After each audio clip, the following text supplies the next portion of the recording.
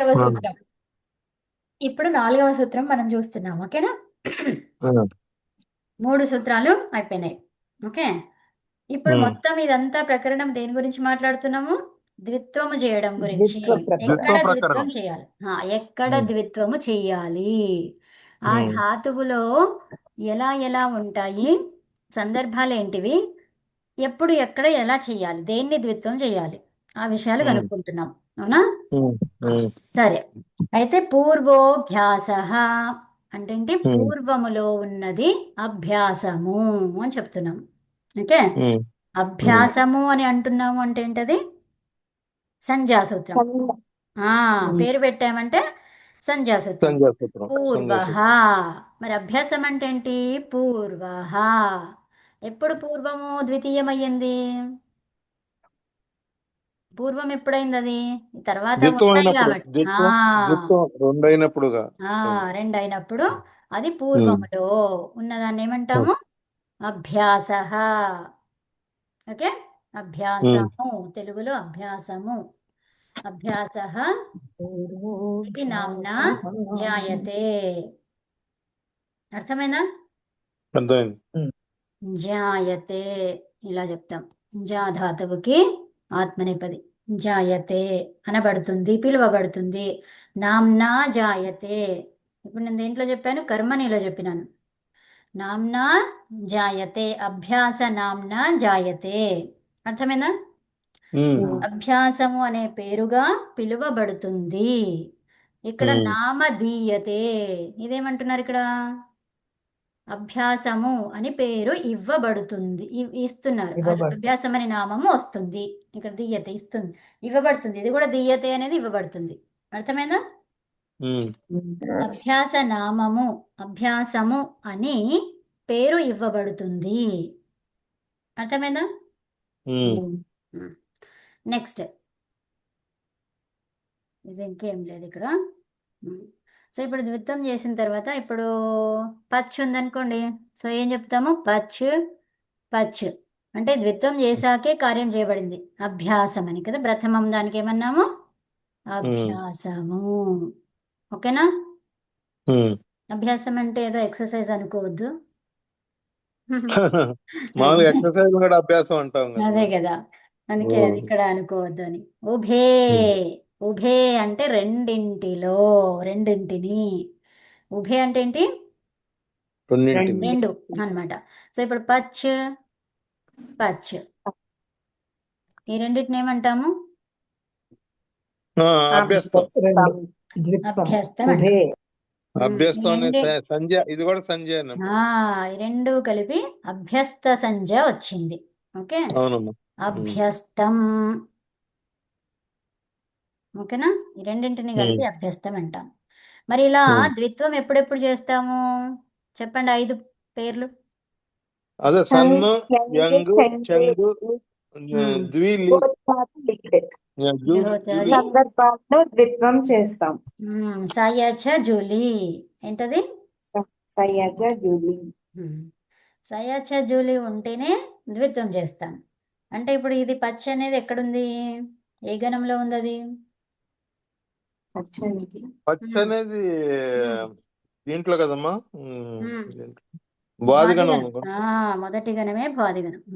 So భ్వాదిగణంలో ఉంది. అయితే ఇప్పుడు ఏమేమి పోతాయి దాంట్లో నుంచి? భ్వాదిగణం అన్నాము, గణానికి సంబంధించింది ఏది ఉందో అది వెళ్ళిపోతుంది. జుహోత్యాది గణం కాదు. అక్కడ ద్విత్వము దాంతో రాలేదు. అర్థమైందా? సో ఇప్పుడు ఈ 4గింటిలో ఏదో అయ్యి ఉండొచ్చు. అర్థమైందా? లిట్లో లిట్టు కూడా కావచ్చు కదమ్మా. కావచ్చు, ఆ, కావచ్చు. చంగు కావచ్చు. భూతకాలం చేస్తున్నావేమో తెలీదు. తర్వాత యంగ్ కావచ్చు. యంగ్ అంటే ఏంటి? మళ్ళీ మళ్ళీ చేయాలనుకుంటాడు. యంగ్ అంటే యంగ్గా ఉన్నాడు కదా. యంగ్గా ఉన్నాడు కాబట్టి మళ్ళీ మళ్ళీ చేస్తాడు. వాడికి ఇక అదే అలసట అనేది రాదు కదా. సన్ సన్ అంటే ఇష్టం, అందరికీ ఇష్టమే సన్ అంటే కదా. అవునవును. వండటం ఇష్టం ఉన్న వాళ్ళు భలే ఏం బండ చేస్తారు? గుర్తులు చెప్తున్నారు కమ్మా మీరు. ఇంకా ఆ, మర్చిపోకుండా ఉంటాం, అదే మర్చిపోయేది అదే. ఉండదు. ఆ, సో ఉమ్, అదనమాట. ఓకేనా? సన్ అంటే ఉమ్, ఇష్టము, అందరికీ ఇష్టం ఉంటది. వంట చేయడం అనేది చాలా ఇష్టం ఉంటది. చాలా మట్టుకు అందరికీ ఇష్టం ఉంటది. ఎందుకంటే ఉమ్, అదొక కెమిస్ట్రీ. ఉమ్, ప్రయోగాలు చేయడం అనమాట అది. ఈ ఉమ్, ప్రయోగం ఇక్కడ మనకు వచ్చిందంటే ఆ ప్రయోగాలు కూడా అన్ని వచ్చేస్తాయి అట్లా. ఏమేమి ఉమ్. కలిపితే ఏమవుతుంది అనేది అక్కడ వస్తే ఇక్కడ వస్తుంది, ఇక్కడ వస్తే అక్కడ వస్తుంది, రెండు అనమాట. ఓకే. కానీ ఒకళ్ళ ప్రయోగం చేస్తే రుచిగా ఉంటది, ఇంకోళ్ళ ప్రయోగం చేస్తే గోవిందా. అక్కడ అన్నీ ఉండాలి మరి, ప్రేమ కూడా ఉండాలి. అదే. ఆ ప్రేమ ఉన్నా కూడా అది ఏది ఎంత అవునవును. వేయాలో యా యా అదేంటి ఫార్ములా తెలియాలి. ఫార్ములా ఫార్ములా కరెక్ట్గా ఫాలో కావాలి. అంటే అదే. ఫార్ములా తెలిసినా కూడా ఈ ఆ, స్టవ్ని ఎక్కువ నంబర్స్ ఒకటి పెడతావా రెండు పెడతావా అది కూడా గమనించాలి. ప్రతి ఏంటి తూచా తప్పకుండా గమనించి చేస్తే యాజ్ ఇట్ ఈస్గా వస్తుంది. ఆ వ్యక్తి ఎలా చేస్తాడు ఇలా కూడా అలా వాళ్ళది కూడా అలాగే వస్తుంది. ఉమ్. హరి తర్వాత ఓం. హా, హరి చెప్పండి. ఓం. చెప్పండి చెప్పండి. మనసులో మనసు పూర్తిగా చేస్తే సాధించలేని ఏది ఉండదు మహోదయ. ఆ, శోభనాద్రి మహోదయ. అలాగే మగవాళ్ళు అలాగమ్మా. కూడా చేయగలుగుతారు, కానీ మనసులో మగవాళ్ళము చేయకూడదు, ఉమ్. ఆడవాళ్ళే చెయ్యాలి, అట్లా ఉంటే అలా చేయలేదు. కాదు ఓకే. వీళ్ళకి. అలా విషయాంతరం. కాదమ్మా, ఒక మాట చెప్తానమ్మా. ఆ, ఇది ఏంటంటే ఒలింపిక్ అవార్డు అన్నిటికన్నా పెద్ద అవార్డు కదమ్మా. అవునండి. అది నలుడికి భీముడికే వచ్చింది, ఆడవాళ్ళకి రాలేదు. రాలేదు కదా మరి. అదే కదా. అదే కదా. ఆ, ఓకే, ఉత్తమం. తర్వాత ఉమ్, నలభీమ పాకం అన్నామే కానీ అదే ప్రసిద్ధి చెందింది చూడండి. ఆ, అవును. ఆ, సో ఎంతమంది ఆడవాళ్ళు చేసినా కూడా ఆ పాకం అని చెప్పలేదు, నలభీమ పాకం చెప్పలేదు. అన్నారు. అవునమ్మా, అవును, అది చాలా బాగుంటది అంటుంది. సో యా, ఇక్కడ చూడండి మనకి ఏం కనిపిస్తుంది ఇక్కడ. పెన్ ఉంది. జక్షిత్యాదయ షట్ అంటే జక్షిత్యాది అంటున్నాం. అంటే జక్ష అనే ధాతువు ఆదిగా ఉన్నటువంటిది, అంటే ఒక సమూహము. అర్థమైందా? ఉమ్, ఎప్పుడైతే ఆదిగా ఉంది అంటున్నామో అదొక సమూహం అయిపోయింది, అది ఒక గ్రూప్ అయింది అది. అర్థమైందా? ఉమ్, ఏం ఉమ్, గ్రూప్ అయింది అది? ఇప్పుడు మన జక్షి ఒక్కరికంటే ఎక్కువ ఉంటే కదా అదొక గ్రూప్ అయిపోతుంది. అర్థమైందా? ఉమ్, ఆ, ఉమ్. ఒక్కరే ఉంటే కూడా గ్రూప్ అవుతుందా? అవుతుంది. అవ్వదు. అవును. అవుతుంది. అవుతుందండి. ఉమ్, అంటే ఇప్పుడు మీరు ఒక్కరే సంస్కృత క్లాస్కి వచ్చారు, అప్పుడు ఉమ్, అది కక్ష జరుగుతుందా లేదా? చెప్పేవారు ఉన్నారు కదా, కాబట్టి మ్మ్. గ్రూప్ అయింది అక్కడ. అయింది, అదొక గ్రూప్ అయింది, సంస్కృత కక్ష అని అయిపోయింది అక్కడ కదా. ఉమ్. అలా అన్నమాట. ఇప్పుడు తెలుగు అవును. క్లాస్లో ఒకరే నేర్చుకునే ఉన్నారు, వాళ్ళు ఇంగ్లీష్. ఒక్కరున్నా 100 మంది ఉన్నా ఆ, కూడా కక్ష, అది గ్రూప్. కాబట్టి అది గ్రూప్, అది కదా ఒక గ్రూప్, ఉమ్, అది అదొక ఉమ్, గ్రూప్, ఇదొక ఉమ్, గ్రూప్. కానీ ఆ గ్రూప్లో ఎంతమంది ఉన్నారు అది డిఫరెంట్ మళ్ళీ. అదేలే. సో ఉమ్, ఏమైంది, ఏదో స్ట్రక్ అయిపోయింది. ఓకే. సో ఇప్పుడు ఇది ఒక గ్రూప్ అన్నమాట, ఆదిగా ఉన్నటువంటిది అని చెప్తున్నాం. అంటే ఇంకా ఉన్నాయని అక్కడ కదా. సో అయితే ఉమ్. అందులో ఎన్ని ఉన్నాయి? షట్. ఏమన్నారు? షట్. 6. 6. జక్షత్యాది గణములో 6 ఉన్నాయి ధాతువులు. ఈ ఉమ్. 6 ధాతువులకు ఏమని పేరు? అభ్యాసం, అభ్యస్తము. ఏం పేరు? అభ్యస్తం. అభ్యస్తం. అభ్యస్తం అంటే ఏమర్థమైంది? ద్విత్వంగా ద్విత్వం అవుతుంది. ద్విత్వం అవుతుంది, ధాతువుకి ద్విత్వం అవుతుంది అని అర్థమైందా? ఉమ్, అర్థమైంది. సో దీనికి అభ్యస్త సంజ్ఞ వచ్చింది. ఓకే. సో మరి అది ఎక్కడ ఏముంటే ఈ 5 ఏదన్నా ఉండాల్సిన పని లేదు అక్కడ. ఓకే. ఇది ఏ ధాతువు, ఏ ధాతు గణము, అది ఏది తీసుకున్నా కూడా ఈ కండిషన్స్ అవసరం లేదు దానికి. డైరెక్ట్ ఉమ్, అభ్యస్త సంజ్ఞ వచ్చేసింది దానికి. ఉమ్, అర్థమైందా? ఉమ్. అంతర్గణము, ఇప్పుడు మనం అంతరంగ కార్యం అంటాం కదా, ఇది అంతరంగ కార్యమా లేకపోతే బహిరంగ కార్యమా? బహిరంగ కార్యం. కాదు. ఏ కార్యము కాదు. డైరెక్ట్ గా వచ్చేసింది కదా మేడం, బహిరంగంగానే ఉంది కదా అప్పుడు. ఆహా, ఇప్పుడు మీకు ఎలా తెలిసింది? ఆ ప్రత్యయమే లేనప్పుడు మీకు అభ్యస్తం అని ఎలా తెలిసింది? తెలియలేదు కదా. తెలీదు. ఆ, అంతరంగ కార్యం. అంతరంగ కార్యం అది. అవునా? అదే. అదనమాట. సో ఇప్పుడు అంతరంగ కార్యమా? అంతే అమ్మా. ఇప్పుడు జక్ష ధాతువు ఉంది, ఈ జక్షలో ఏం మిగిలింది? జక్ష. అవునా? సో జక్ష రావాలి. అభ్యస్త సంజ్ఞ వచ్చిందంటే ద్విత్వం చేస్తామా? అవసరం లేదు. ఓకే. సో దీనికి ఆల్రెడీ అభ్యస్త సంజ్ఞ వచ్చేసింది, దానికి అభ్యస్త సంఘం డైరెక్ట్ వచ్చేసింది. వచ్చేసింది. డైరెక్ట్ వచ్చేసింది. సో ఇప్పుడు మనకి మరి అది ఎలా వస్తుంది రూపము అంటే చూడండి ఇక్కడ. ఓకే, ఇవి ధాతువులు ఫస్ట్ చదవండి ఒకసారి. జక్ష భక్ష హసనయోః. యక్ష్య భక్ష్య హసనయోః. ఒక్కరే చెప్పండి. జాగ్రి నిద్రాక్షయే. జాగ్రి నిద్రాక్షయే. దరిద్రా దుర్గతౌ. దరిద్రా దుర్గతౌ. చకాశ్రి దీప్తౌ. చకాశ్రి దీప్తౌ. శాసు అనిశిష్టౌ. అనుశిష్టౌ. శాసు అనిశిష్టౌ. అనుశిష్టౌ. దీధింగ్ దీప్తిదేవనయోః. దీధింగ్ దీప్తి దేవనయోః. వేవింగ్ గతి వ్యాప్తి ప్రజన కాంతి అసనస్వాదనేషు. ఒక నిమిషం ఆగండి, నేను మళ్ళీ వేవింగ్ అమ్మా. వేవింగ్ గతి వ్యాప్తి ప్రజన కాంతి అసన స్వాదనేషు.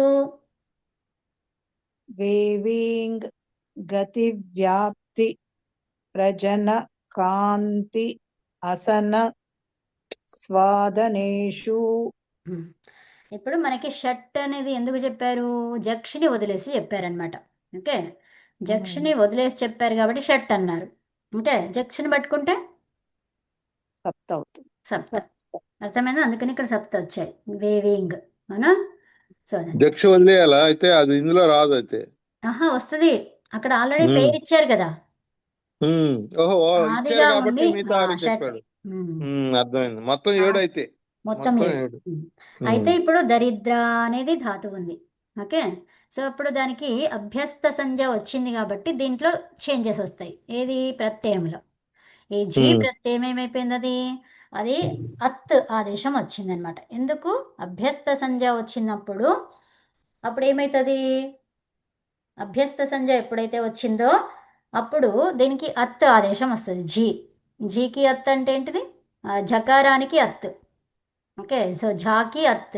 మామూలుగా జీకి అంత కదా మా దేశం వచ్చేది. ఇదేంటి ఇక్కడ అత్త కొత్తగా అభ్యస్త సంజ్ఞ కొత్తగా ఉండడం, అభ్యస్త సంజ్ఞ ఉండడం చేత అప్పుడు అత్త ఝాకి అవుతుంది. అత్ అయింది. ఎందుకు ఉమ్. అభ్యస్త సంజ్ఞ ఉండడం చేత అది అయ్యింది అలాగా? అక్కడ మనకి ఏం చూసుకున్నాము? ఉమ్? అత్ వస్తుంది ఆదేశం అని చెప్పుకున్నాం అనమాట. దానికి ఏదైనా ఆదేశం రావాలంటే ఒక సూత్రం ఉండాలి కదా. మా సూత్రం ఏంటి? అదే అతభ్యస్తాత్. అత అత అతస్తభ్య అభ్యస్తాత్. ఇప్పుడు మనం చూసాం కదా, అతస్తభ్య మీరే చెప్పాలి. అయ్యో అత అభ్యస్తాత్. అత వస్తుంది ఆదేశంగా ఎప్పుడు? అభ్యస్తము తరువాత. అర్థమేనా? అంటే ఏంటి? అభ్యస్త సంజ్ఞ ఉంది. ఇప్పుడు జక్షకి ఏం సంజ్ఞ ఉంది? అభ్యస్త సంజ్ఞ. ఉంది. కాబట్టి జీ ప్రత్యయానికి ఎవరు వస్తారు? ఈ అత్ అంతిలు ఎక్కడొస్తాయి? తింగు ప్రత్యయాలకు వస్తాయి. తింగ్ ప్రత్యయములో ప్రథమ పురుష బహువచనానికి వస్తుంది. అవును. అవునా? సో కాబట్టి అది కూడా పరస్మయ పదిలోనే వస్తాయి. జీ అంటే పరస్మైపదిలో జీ ఉంటది. ఝ అంటే ఆత్మనేపది. ఆత్మనేపది. సో అదనమాట. ఇప్పుడు ఆ ధాతువు ఏంటో చూడాలి. జక్ష ధాతువు ఏంటిది? పరస్మైపది ధాతువు కాబట్టి జీ తీసుకొచ్చాము. సో ఝ తెచ్చావు అంటే ఏంటిది? ఇది ఆత్మనేపది. ఆత్మనేపది. ఇప్పుడు ఈ ప్రత్యయం ద్వారా ఏమర్థమవుతుంది? ఏ పది అనేది అర్థమవుతుంది. పది అనేది తెలుస్తాను. మీకు ఒకసారి చెప్పాను, లకారం ద్వారా ఏమర్థమైంది? లకారం ద్వారా తెలుస్తోంది. అది పరస్మైపద ఆత్మపద తెలుస్తాం. అమ్మ, లకారం ద్వారా ఎట్లా తెలుస్తుంది? ప్రత్యయం ఎలాంటిది తీసుకురావాలో తెలుస్తుంది లకారం ద్వారా. లస్య లకారం ఏం చెప్తాం మనము? లంగాదేశ తింగ్ ప్రత్యయం అంటామా? లుంగాదేశ తింగ్ ప్రత్యయం అంటే ఏంటి? లుంగికి సంబంధించిన తింగ్ ప్రత్యయాలని తీసుకురా అక్కడ కదా. సో లకారము చేత ఇక్కడ రాసుకోండి ఒకసారి. చెప్పండి అమ్మ, రాసుకోండి. లకారం చేత ఏమర్థమవుతుంది? ఏ ప్రత్యయాలు, ఏ తింగ్ ప్రత్యయాలు తీసుకురావాలి అర్థమవుతుంది. అవునమ్మా, ఎందుకంటే లకారంలో 18 ప్రత్యయాలు ఉంటాయి.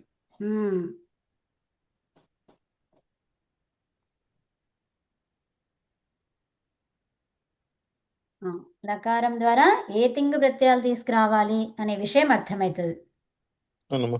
శేషాత్ పరస్మైపదం అవ్వాలా లేకపోతే తంగానా ఆత్మీయ పద్ధతి ఆత్మని అవ్వాలా అనేది పద్ధతికి తెలుసు. రావాలని. తర్వాత లహ కర్మని ప్రయోగం చేస్తావా లేకపోతే బావే చేస్తావా కర్తరి భావే చేస్తావా చేస్తావా కర్తరి చేస్తావా ఇవన్నీ అర్థమయ్యేది ఉమ్. దేని ద్వారా లకారం ద్వారా. లకారం ద్వారా లకారం ద్వారా నెక్స్ట్ గణం, ధాతు గణం ఏంటిది, ఏం గణం అది? ఉమ్, ఉమ్. ధాతు అది గణం. మా అది ఒక్కొక్క ధాతుకు ఒక గణం ఉంది. పది పది గణాలు ఉమ్, ఏదో ఒక గణం అవుతుంది. ఉమ్. ఆ గణం ద్వారా ఏమర్థమవుతుంది? వికర్ణ ప్రత్యయం ఏమొస్తుంది తెలుస్తుంది. తర్వాత ఉమ్. గణం ద్వారా ఏమైంది? అది సార్వధాతుకము అని తెలుస్తుంది. సార్వధాతుకమా ఆర్ధధాతుకం? ఆర్ధధాతుకం. ఆర్ధాతుకం అయితే వికర్ణ ప్రత్యయం రాదు. ఉమ్. అంటే ఈ సార్వధాతుకం అయితే గణం వికర్ణ వచ్చింది ప్రత్యయం అంటే వస్తుంది. సార్వధాతుకమే చేస్తున్నాము. తర్వాత ఉమ్. ఆ వికరణ ప్రత్యయంని ఏం తీసుకురావాలి? అవునా? అనేది ధాతుకరం తెలుస్తుంది ద్వారా అనేది వికరణ తెలుస్తుంది. ప్రత్యయము, తర్వాత సార్వధాతుకం. ఉమ్. ఏం రాస్తారు? రెండే రాయండి. ఆర్ధధాతుకము అది దీని ద్వారా అర్థమైపోయింది. ఇంకా సార్వధాతుకం అంటే ఆర్ధధాతుకం కాదని అర్థమైపోయింది కదా.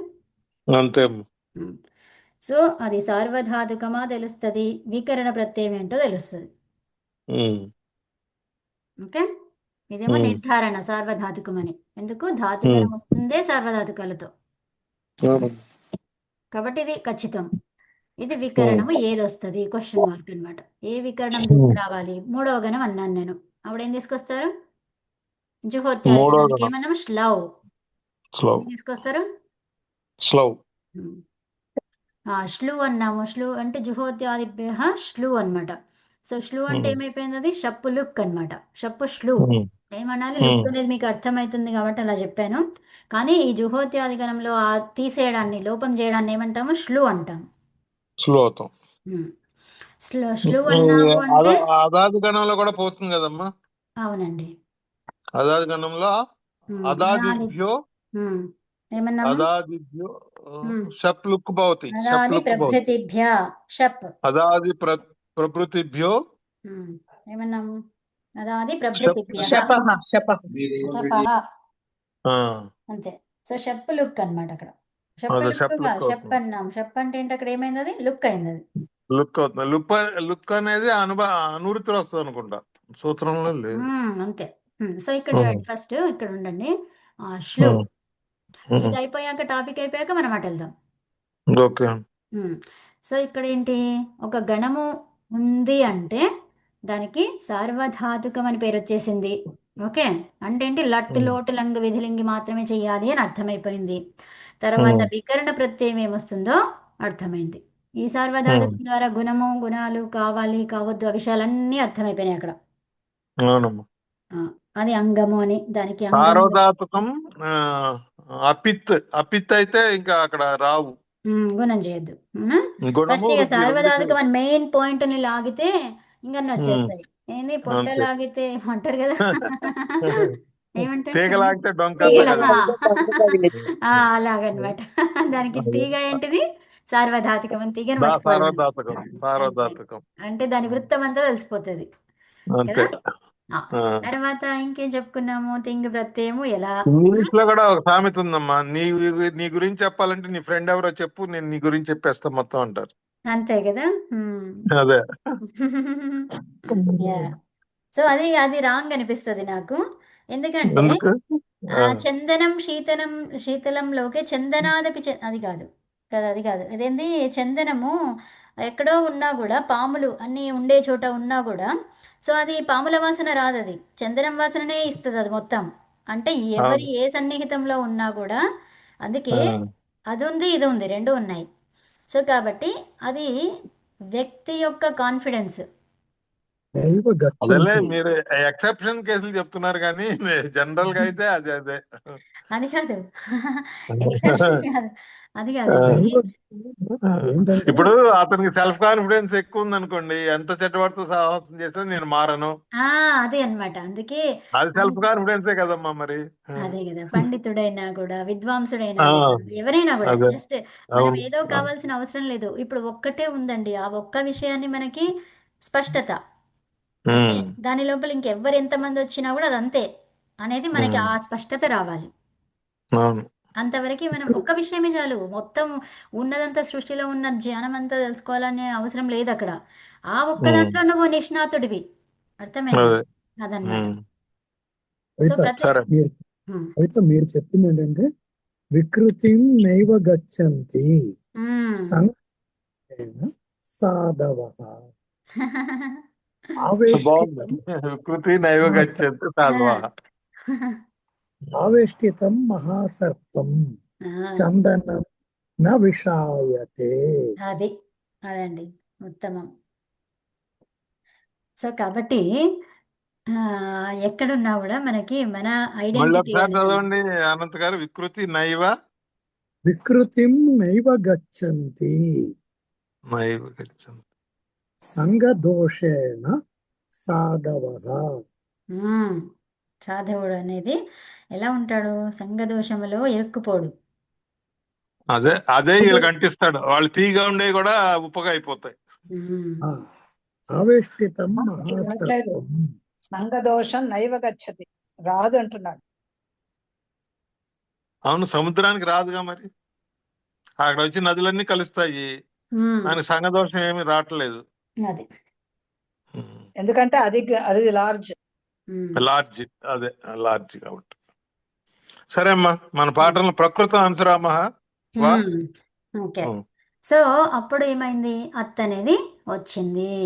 అదేమన్నాము? అదభ్యస్తాత్. అత్ రావాలి, అకారం రావాలి అంటే ఏం చెప్పుకున్నాం మనము?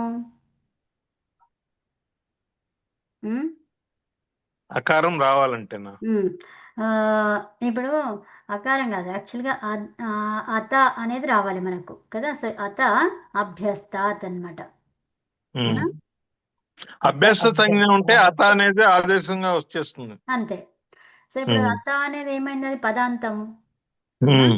సో పదాంతం కాబట్టి పదాంతం ఎందుకైంది అది? ఇదేంటిది? అత అనేది ఆదేశము. ఆదేశం అంతే, పదాంతం కాదు అది ఆ, ఆదేశం.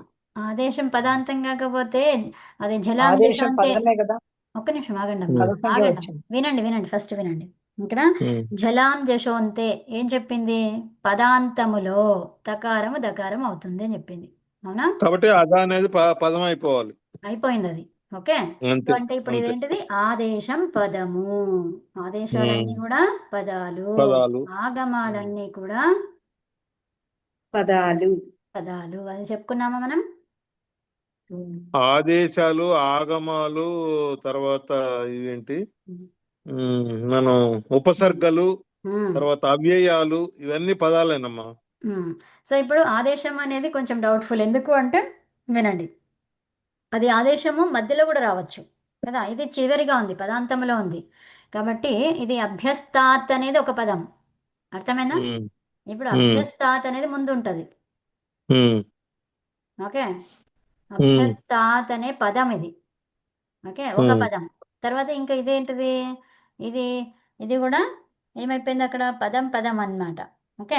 పదానికి ఇక్కడ చివర అదాభ్యస్తాత్ అనేది పదం గాని అదా అనేది పదం కాదు. ఉమ్, అదాభ్యస్తాత్ మొత్తం కలిపితే పదం అమ్మా. అదే. ఇప్పుడు ఆ, దా ఎలా కాదు. అయ్యింది? అది దా ఎలా అయ్యింది? మనకి విషయం చూసుకుంటే వేరు. ఇక్కడ ఈ పదాన్ని చూస్తున్నాం మనం. అవునా? అది ఎక్కడ సబ్స్టిట్యూట్ చేస్తున్నాం అనేది కాదు ఇక్కడ. ఇప్పుడు అత్త అభ్యస్తాత్. ఓకే. అభ్యస్తం తర్వాత అత వస్తుంది అని చెప్పుకున్నాం. అంటే ఝాకి అత అన్నమాట. దేనికి? ఝా అనేది అనువృత్తిలో కనిపిస్తుంది మీకు. సో ఈ అమ్మా, ఝాకి అత. ఇది నేను ఒకటి చెప్తాను చూడు ఉదాహరణ. ఉమ్, ఇప్పుడు ఇది పరస్మయ పదిలో తింగు ప్రత్యయాలకి 9 తింగు ప్రత్యయాలకి 9 ఆదేశాలు ఉన్నాయి. నల్ తుస్సు. అవును తెలుసు. ఉండండి, అదొద్దు ఇప్పుడు. అవునవును. అలా కాదు, అక్కడ వాటికి పదసంజ్ఞ లేదు కదా. ఈ ఆదేశాలే, ఆ 9 ఆదేశాలే. అది కాదు కరెక్టే. అది వేరు ఇది వేరు. ఇక్కడ చూడండి, ఇది వినండి. ఇక్కడ అత అభ్యస్తాత్. ఓకే. సో ఈ అత అభ్యస్తాత్లో ఏంటది? 2 పదాలు అనమాట. ఇక్కడ ఉన్నవి 2 పదాలు కాబట్టి ఇది జలాం జశోంతే ద్వారా జలాం జషి రావడానికి వీల్లేదు అక్కడ. ఓకే. ఈ జలాం జశోంతే ద్వారా వచ్చింది అంటే అద అభ్యస్తాత్ అయిపోయింది. అది అదభ్యస్తాత్. ఓకే. ఇప్పుడు అదభ్యస్తాత్ అయిపోయింది అది. అర్థమైందా?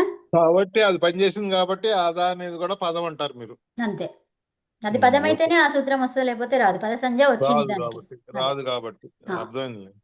తర్వాత ఆ, ఏరుహు ఏరుహు అది అవసరం లేదు మనకి. ఇప్పుడు ద్విత్వం అనేది ఏంటి అనేది విషయం కనుక్కున్నాము. నెక్స్ట్ ఈ జక్షిత్యాదయ షట్ అర్థమైందా? ఈ జక్షిత్యాదయ షట్ ఎందుకైంది? దానికి అభ్యస్త సంజ్ఞ వచ్చింది. అంటే ద్విత్వం చేస్తున్నావు అంటే ద్విత్వం అవసరమా? అవసరం లేదు, కానీ అభ్యస్త సంజ్ఞ మాత్రం వచ్చింది. అర్థమైందా? ఉమ్. అది. తర్వాత తుజాదీనాం దీర్ఘోభ్యాసస్య ఏమన్నారు? తుజాది గణం ఏదైతే ఉందో దాంట్లో ఏం చేస్తాము? అభ్యాసానికి దీర్ఘం చేస్తాం. ఓకే, మళ్ళీ ఆ గణం ఎంతో తెలుసుకోవాలిగా, ఏమేమి ఉన్నాయి దాంట్లో. అదంతా అవసరం లేదు, జస్ట్ అది వినండి అంతే. ఇప్పుడు దీనికి మాత్రం విని ప్రస్తుతం ప్రయోజనం దీర్ఘం చేయాలంటే అవి ఉమ్, తుజాది గణంలో ఉందా లేదో తెలిస్తేనే కదా దీర్ఘం చేసేది. అంతే తుజాది గణంలో ఉన్నటువంటి వాటికి కదా.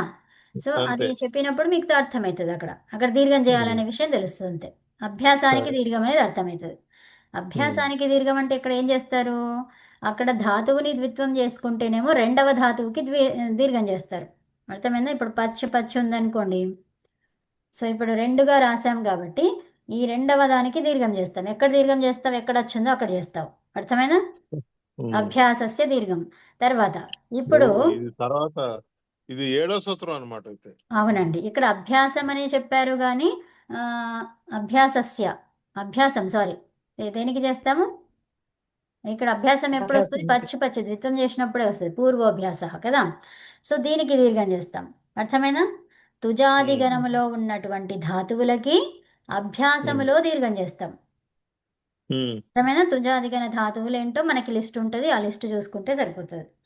ఓకే, ఉమ్. అలాగనమాట. ఆ సూత్రం ఏం చెప్పింది? తుజాది గణములో ఉన్నటువంటి ధాతువులకి అభ్యాసానికి. ఇక్కడ మనకి జక్షిత్యాదయో షట్ అని చెప్పుకున్నాం చూడండి, అక్కడ ఏమైంది? అది ఆ, దానికి అభ్యస్త సంజ్ఞ వచ్చేసింది. ఓకే, ఉమ్. అభ్యస్త సంజ్ఞ వచ్చింది, అంతే మాత్రాన దాన్ని ద్విత్వం చేయలేదు. అక్కడ అయినా కూడా వచ్చేసింది, సంజ్ఞ అయితే వచ్చేసింది. సంజ్ఞ వచ్చింది. తుజాది కానీ గణంలో లేదు గనక లేదు గనక.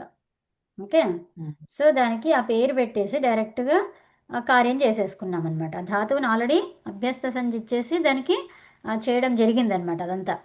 అంటే దీన్ని బట్టి ఏంటంటే ద్విత్వం అవపోయినా కూడా కొన్ని ధాతువులకి అభ్యస్త సంజ్ఞ వచ్చేసింది.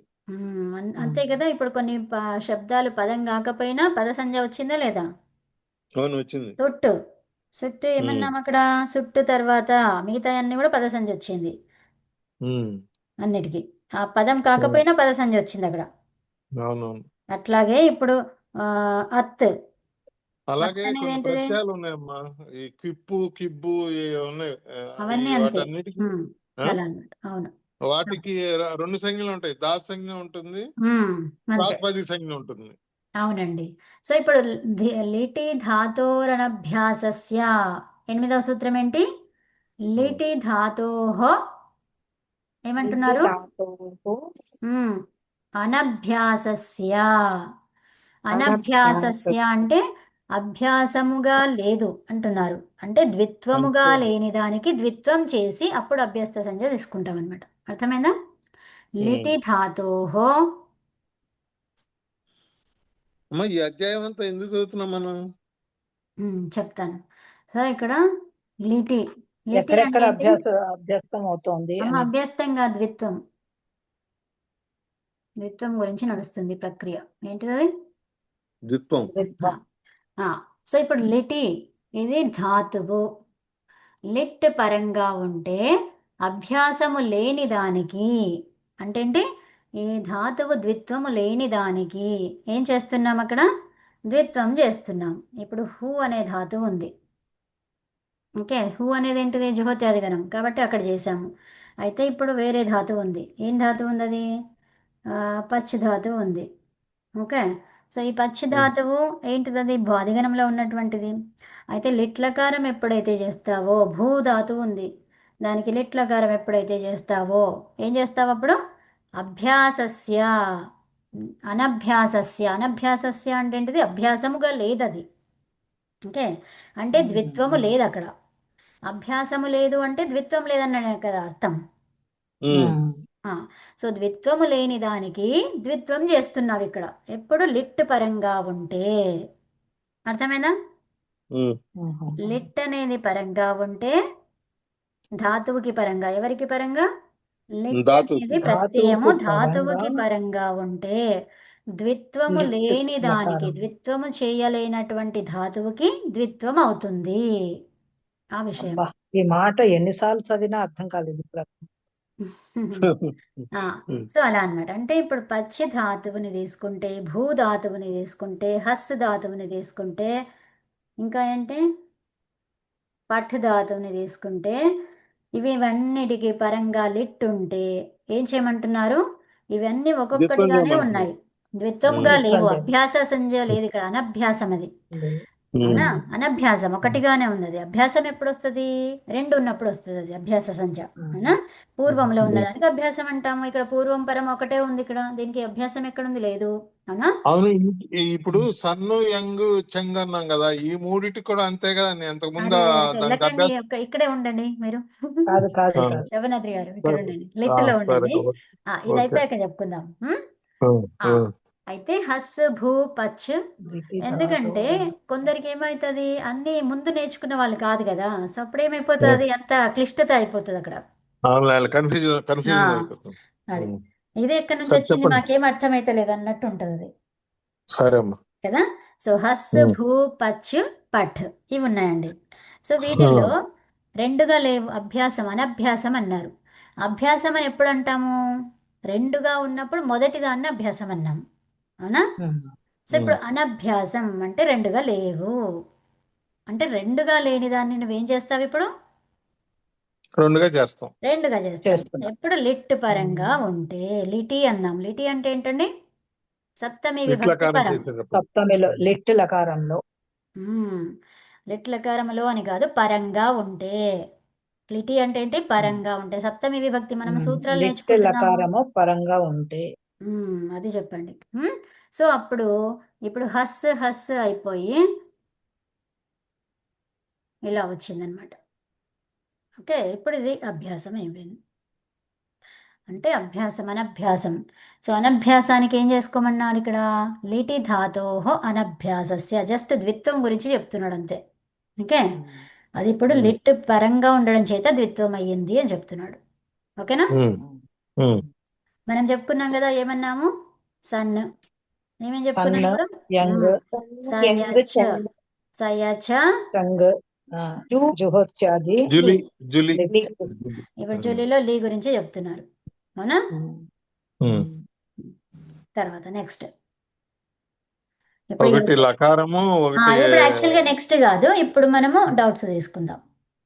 మన ఎవరు? శోభనాద్రి గారు, మీరు ఏదో అడుగుతున్నారు, చెప్పండి ఇప్పుడు. ఇక అదే సన్ను యంగ్ చెంగ్ వచ్చినప్పుడు కూడా ద్విత్వం అవుతుంది కదా. చెప్పుకున్నాంగా 5 ప్రత్యయాలని. అదొకటే కాదు, ఆ 3 కావు. అదే అదే ఏమేమవి? అది సన్ను యంగ్ చెంగు జ్యోత్యాది గణము లిట్ లకారం. దాని షార్ట్ ఫామ్ చెప్పండి. సా యా చు జు లి. సయచ జులి. సయచ జులి. సయచ జులి ఏం చెప్తుంది? అదే ద్విత్వం అవుతుంది. సయచ జులి అనేవి పరంగా ఉంటే ధాతువు అంగంలో ద్విత్వం ద్విత్వం. అవుతుంది. అంగం ఎవరక్కడ? ధాతు. సయచ జులి పరంగా ఉన్నప్పుడు పరంగా ఉంది. కానీ ఇది జు అనేది పరంగా ఉండదు కదమ్మా. ఉంది కదా. అది జుహోత్యాది జు గణములో. అనేది ధాతు కదా. ఒక్క నిమిషం. జు అనేది ధాతు. గణం అది గణం. జు అంటే గణం కాబట్టి అది పూర్వంలోనే ఉంటది, అట్లా పరంలో కాదు, ఉండదు. అట్లా కాదు, వినండి. సో ఇప్పుడు గణమునికి ఇప్పుడు ఒక ధాతువు ఉంది. ఏం గణము? హూ అని ధాతువు. Okay, okay. ఇప్పుడు ఈ గణానికి వికరణ ప్రత్యయం ఎక్కడ తీసుకొస్తావు? ధాతుకు పరంగా వస్తుంది. జుహోత్యాది గణంలో ఉన్నటువంటిది అంటే ఏంటిది? ఆ గణ వికరణం ఇక్కడ పక్కకు వస్తుంది. అది పరంగా ఉంటేనే ఇది అవుతుంది. అర్థమైందా? ఇప్పుడు జుహోత్యాది గణం వచ్చి ఏం చెప్పింది? ఇక్కడ మనం షప్పు తీసుకుంటాం. ఓకే, అన్ని గణాలకి షప్పే ఉంటది. ఈ జుహోత్యాది గణం వచ్చి ఏం చెప్పింది? షప్పుని శ్లూ చేసుకో అన్నది. ఏమన్నది? ఏమన్నది? చెప్పని బాధిస్తూ స్లో స్లో ప్రత్యయం వస్తుందని చెప్తుందమ్మా అది. ఇప్పుడు చేసుకుని ద్విత్వం అవుతుందని వినండి అమ్మా, షెప్పని స్లో చేసుకో అంటే ఏంటి, మొత్తం ప్రత్యయం ఏదైతే ఉందో ప్రత్యయం అంతా వెళ్ళిపోయి ఇంకా అక్కడ ఖాళీ స్థలం ఉంది. ఆ ఖాళీ స్థలంలో ఎవరు వస్తానంటారు? శ్లవ్, నేను వస్తా అని చెప్తుంది అది. ఓకే, అవును ఇది అవును అవును. వెళ్ళిపోగానే ఎందుకు నేను వస్తాను, నువ్వు శ్లూతో అయిపోయినావు కదా, అందుకని నేను శ్లూ ఎప్పుడైతే అయ్యిందో అప్పుడు ఎవరు వస్తారు? శ్లవ్ వస్తుంది. వస్తే ఆ శ్లవ్ వచ్చి ఏం చెప్తుంది? ద్విత్వం చేసుకో ధాతువుని. మరి ఈ శ్లవ్ ఏంటండి, ఈ శ్లూ ఏంటండి? ప్రత్యయాలు వికరణ ఆహా, ప్రత్యయాలు. గణం జుహోత్యాది గణం కదా, సో జోత్యాది గణం. గణానికి సంబంధించింది, అవునా? ఉమ్, ఉమ్, అంటే ఏంటి, ఇది ప్రత్యయం అర్థమైందా?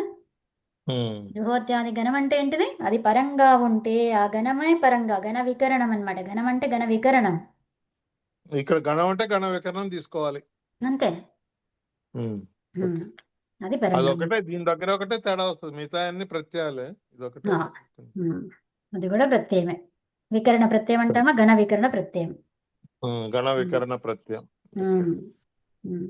సో దానికి ఏంటంటే ఫస్ట్ శ్లవ్ అని కూడా చెప్పరాదు, ఎందుకంటే శ్లూ కదా, ఫస్ట్ శ్లూ ఏం ఫస్ట్ చెప్తుంది స్లో అది? వస్తుంది, స్లో స్థానంలో స్లో వస్తుంది మళ్ళీ. సో అలా అన్నమాట. కాబట్టి దానికి అలాగే చెప్తాం, జుహోత్యాది గణం అనే చెప్పాలి. ఓకే. ఉమ్.